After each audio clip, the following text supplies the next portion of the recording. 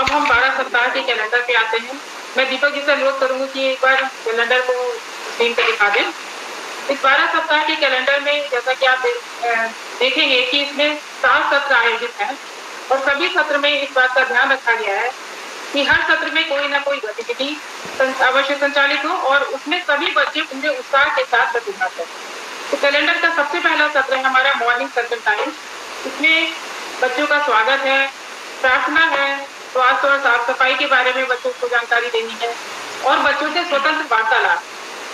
अब ये सत्र के बारे में विस्तार से शिक्षा जी अपना प्रेजेंटेशन देंगे।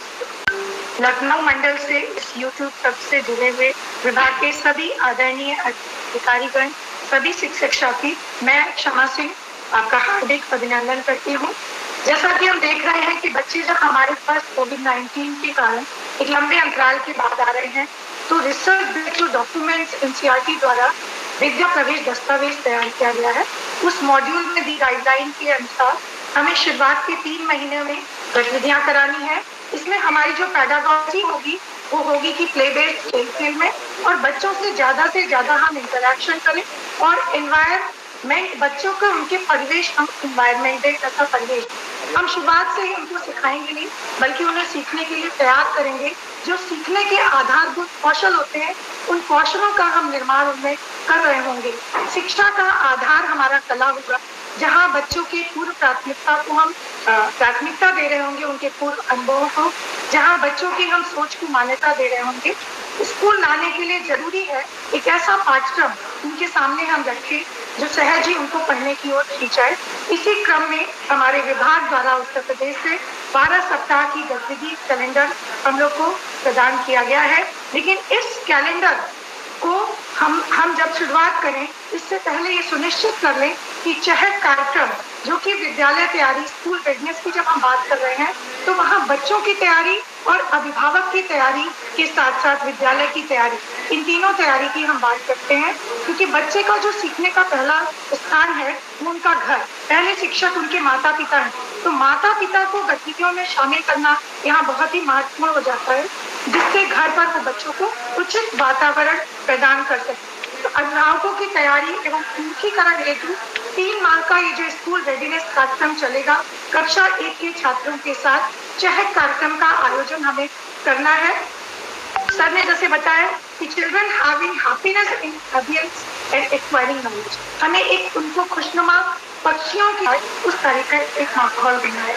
इसको हमें 2 बार करना है। प्रथम हमें करना है बाल वाटिका की तैयारी के 3 माह पूर्व, जो कि आज की डेट तक संपादित कर लेना चाहिए था। ऑलरेडी जो लोग नहीं किए हैं वो कल तक कर लें।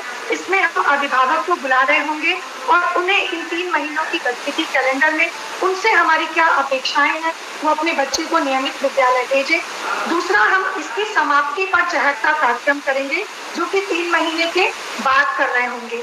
स्थल क्या होगा प्रश्न आता है, तो ये कंपोजिट या प्राथमिक विद्यालय होगा जहाँ कोलोकेटेड आंगनबाड़ी है विद्यालय परिसर में संचालित हो रही है। वहाँ कक्षा 1 एवं आंगनबाड़ी केंद्र के अभिभावक शामिल होंगे। यदि नोडल शिक्षक द्वारा संयुक्त रूप से कक्षा 1 और 2 संचालित किया जा रहा है तो वहाँ शिक्षक कम है, अगर वो 2 क्लास ले रहे हैं तो वहाँ दोनों क्लास के अभिभावकों को सम्मिलित किया जाएगा। चर्चा बिंदु हमारा क्या होगा, अभिभावकों की बच्चों की नियमित उपस्थिति में उनका सहयोग हम लेंगे। विद्यालय में सिखाई गई गतिविधियों के बारे में बातचीत करेंगे, 12 सप्ताह के कैलेंडर के बारे में बातचीत करेंगे और पेरेंट्स टीचर मीटिंग में हर 15 दिन पे जो कि ऑर्गेनाइज होगी उसमें हर 15 दिन पे हम उनको सम्मिलित करने के लिए आग्रह करेंगे, जिससे वो अपने बच्चों की प्रगति के बारे में चर्चा करते रहें। 1 से 15 सितंबर के बीच 27 अगस्त को जब हमारा 3 महीने का ये प्रोग्राम खत्म हो जाएगा, उसकी समाप्ति पर पुनः ये चहक का कार्यक्रम हमको करना है 1 से 15 सितंबर के बीच, यानी 3 महीने बाद। और हमें पुनः अभिभावकों को आमंत्रित करना है, उन्हें उनके बच्चों की प्रगति को दिखाना है। हम एक भव्य प्रोग्राम ऑर्गेनाइज करेंगे जिसमें बच्चों को उनके अभिभावकों को पुरस्कृत भी करेंगे। वहां भी सेम जिसको बुलाना है, अगर नोडल शिक्षिका कक्षा 1-2 ले रही है तो दोनों अभिभावक आएंगे, अगर कोलोकेटेड आंगनबाड़ी है तो उनके अभिभावक भी सम्मिलित होंगे। यहाँ पर बच्चों की क्या प्रगति हुई उस पर हम बच्चों को कविता, कहानी, अभिनय के द्वारा उनका पोर्टफोलियो एक बच्चों का बनाएंगे, जिसमें इन 3 महीनों के दौरान बच्चे ने जो भी रचनात्मक कार्य किया है वो रचनात्मक कार्य उनको उस समय दिखाया जाएगा। उनका आकलन प्रपत्र जो भरा रहेगा 10 पैरामीटर्स होंगे उसमें, उनमें बच्चा 3 महीने पहले कहाँ था और 3 महीने बाद वो अपने बच्चे को कहाँ देखते हैं। यहाँ हमारे शिक्षक अपनी अकाउंटेबिलिटी को बहुत अच्छी तरह से अभिलेखीकरण के माध्यम से रख सकते हैं। सेकेंड, हमें आकलन प्रपत्र भरने की बात कही गई अभी डीसी सर के द्वारा। आकलन प्रपत्र आप लोग को ग्रुप में शेयर कर दिए गए होंगे 2 पेज के।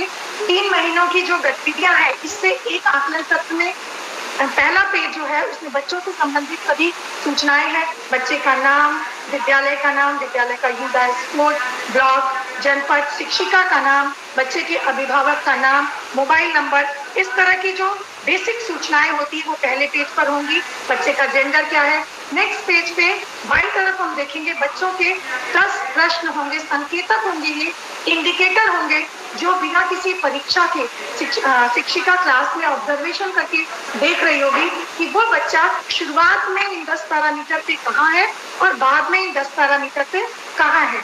तो हमको जब भरने के लिए इसमें 10 पैरामीटर्स के जो प्रश्न है, अगर हम उस पर निगाह करें तो उसमें पहला प्रश्न है कि नियम और निर्देशों का पालन। हम देख पाएंगे हमारे बहुत से बच्चे जो कोविड-19 के अंतराल के इतने बड़े गैप के बाद विद्यालय आ रहे हैं, तो नियमों और निर्देशों का पालन कर पा रहा है कि नहीं बच्चा। भावनाओं और जरूरतों को क्या वो बच्चा व्यक्त कर पाता है। खेल और नृत्य गतिविधियों में भाग ले रहा है।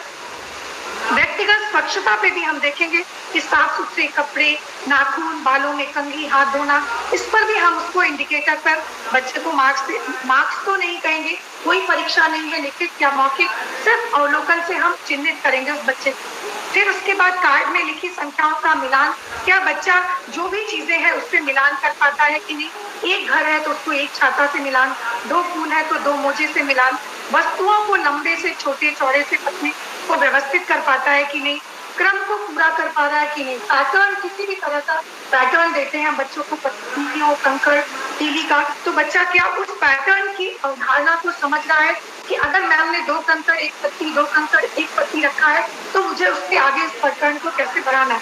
अपने नाम का पहला अक्षर बच्चा लिख पाता है कि नहीं।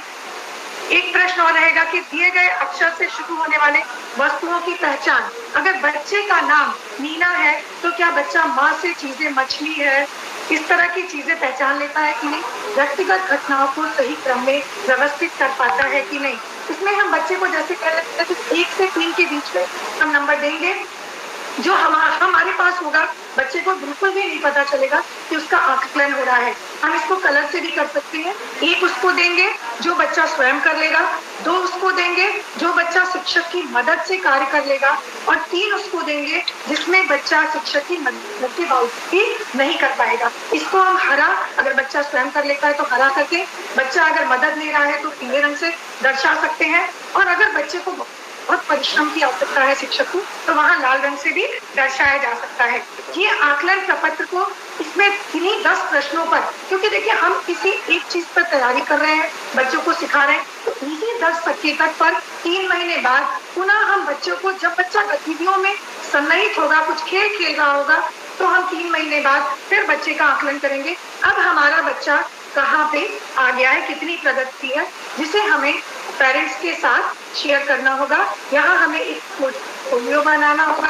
पोर्टफोलियो को हम लोग बाजार के झोले पे भी बच्चे का नाम, काफी बना सकते हैं, और उसमें बच्चों द्वारा जितनी भी रचनाएं, लेखन का कार्य बच्चे ने किया है, कला का कार्य किया है, साथ में आकलन प्रपत्र बच्चे का, क्योंकि जब बच्चे ने जिसके बैग में जितना ज्यादा कार्य होगा, हमारा आकलन प्रपत्र में भी उतने ही हर एक इंडिकेटर या 1 नंबर ज्यादा होंगे कि बच्चा खुद कर लेता है। तो ये चीजें हमारा हमको पेरेंट्स को सपोर्ट करना है। मैं यही समय की बाध्यता को देखते हुए, आप लोग बहुत विद्वत लोग जुड़े हैं, मैं अपनी सहयोगी शिक्षिका शिप्रा जी को आमंत्रित करूंगी, जो गतिविधि कैलेंडर के प्रथम सत्र मॉर्निंग सर्कल टाइम पे हम लोगों पर अपने विचार साझा करेंगी।